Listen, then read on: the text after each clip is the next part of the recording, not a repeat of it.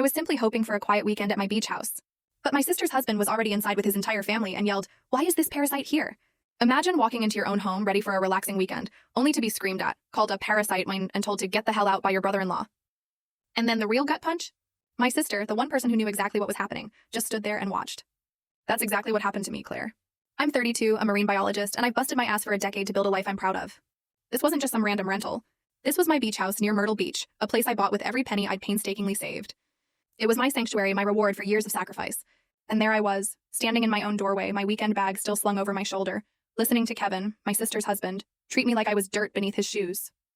His face was pure contempt, finger jabbing at me. Behind him, it was a full-blown family reunion, but not my family. His parents, his brothers, even extended relatives, all lounging on my furniture, drinking from my glasses, shoes kicked off on my pristine white carpet. It was a scene, let me tell you. I took a deep breath, trying to keep my voice even. Excuse me? I managed, but inside a furnace of rage was igniting. "You heard me?"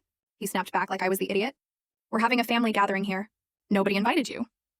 I blinked, trying to process the sheer audacity. "Kevin," I said, "this is my house. I own it." He just scoffed. "Yeah, well, Jennifer said we could use it this weekend." He crossed his arms, chest puffed out. "So, unless you want to ruin everyone's good time, you should probably just leave." My head snapped towards my sister, Jennifer.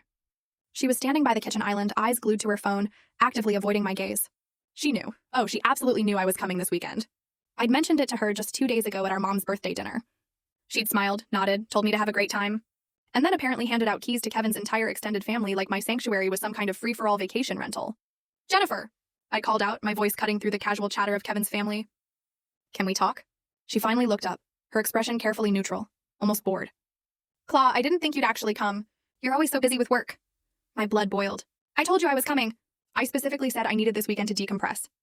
She just shrugged, a gesture so casual, so dismissive, it felt like a slap. "Well, Kevin's family needed a place to stay, and this house just sits empty most of the time. I figured you wouldn't mind." "You figured wrong," I said, my voice barely a whisper but laced with ice. Kevin stepped closer, his jaw tight. "Look, we've got 15 people here who drove hours to get to this place. You're one person. Do the math. Just go back to Charleston and come back next weekend." I stared at him, at the sheer, dripping audacity in full story video added in below.